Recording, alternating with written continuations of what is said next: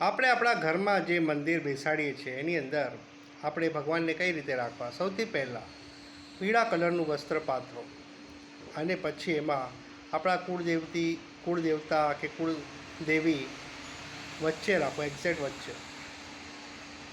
એની સાથે ફક્ત એક જ આપણે રાખી શકાય, કાં તો ગણપતિ કાં તો હનુમાનજી. આ બેમાંથી કોઈ પણ એક ભગવાન રાખી શકાય.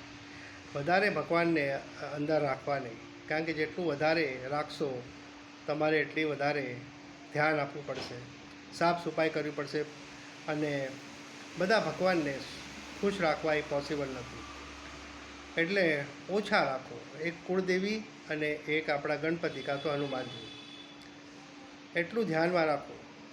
અને હંમેશા એક લાલ કલરનો પડદો હોવો જરૂરી છે.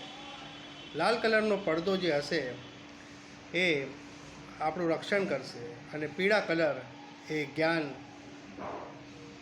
એટલે બુદ્ધિ વધારશે. તમારી બુદ્ધિ સારી થશે, પોઝિટિવ વિચાર થશે, એક પોઝિટિવ એપ્રોચ થશે. તો આ વાત હંમેશા ધ્યાન રાખો.